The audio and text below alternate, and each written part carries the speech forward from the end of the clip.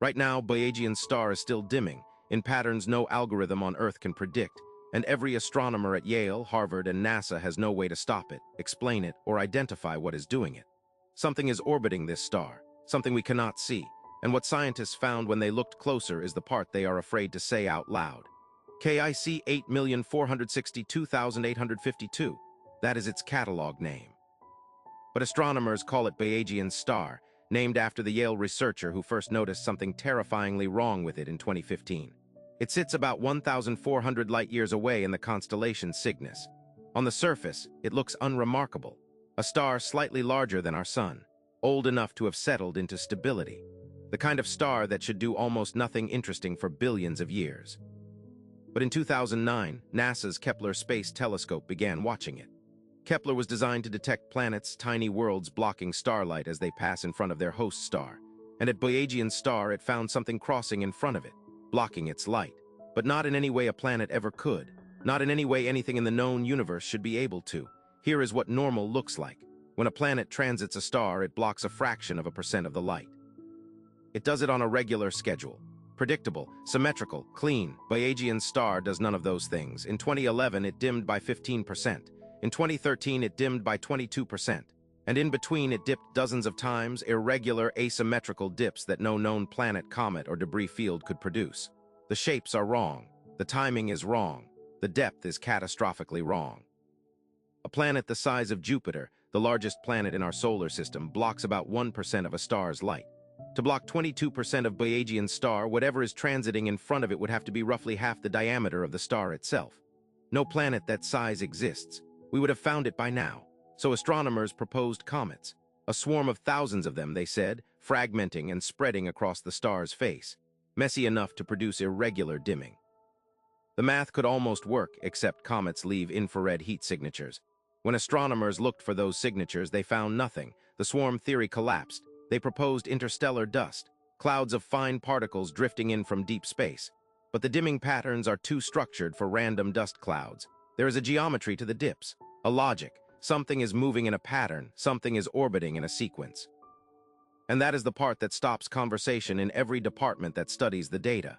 Because ordered geometry does not come from random clouds, it comes from construction. But here is the strange part, and this is the part they do not lead with in the press releases. In 2016, astronomer Jason Wright at Penn State published a paper.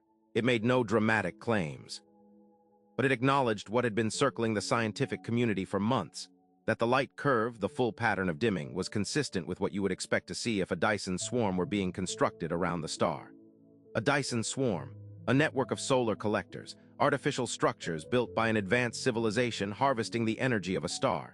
He was not saying it was aliens. He was saying the data matched. No natural explanation fit, and the artificial one did. That paper sparked the largest coordinated telescope observation campaign in decades. Observatories on every continent watched Boyajian's star around the clock. And in 2017, during a live dimming event, they caught something nobody expected. The dimming was wavelength dependent. Different colors of light were being blocked at different rates. That single finding rules out a solid object. A solid object, artificial or natural, blocks all wavelengths equally.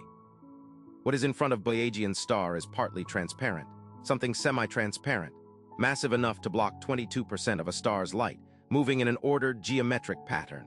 In 2024, new James Webb Space Telescope observations confirmed the dimming is still happening, still accelerating, still unlike anything in the cataloged universe. Nobody knows what it is. Here is why this matters beyond a strange astronomy footnote. Our entire framework for detecting life elsewhere in the universe is built on signatures we expect, chemical traces, radio signals, laser pulses. Boyajian's star suggests we may have already found something. Our instruments have been confirming it over and over for 15 years. But we have no category for what we are looking at.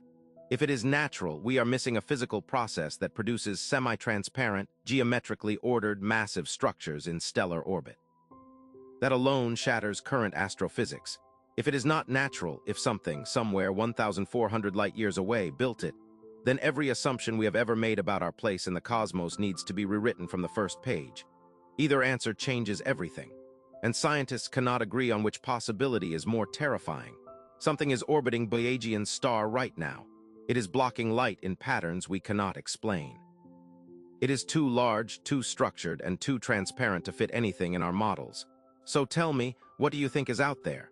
And if something did build it, what exactly is it collecting all that energy for?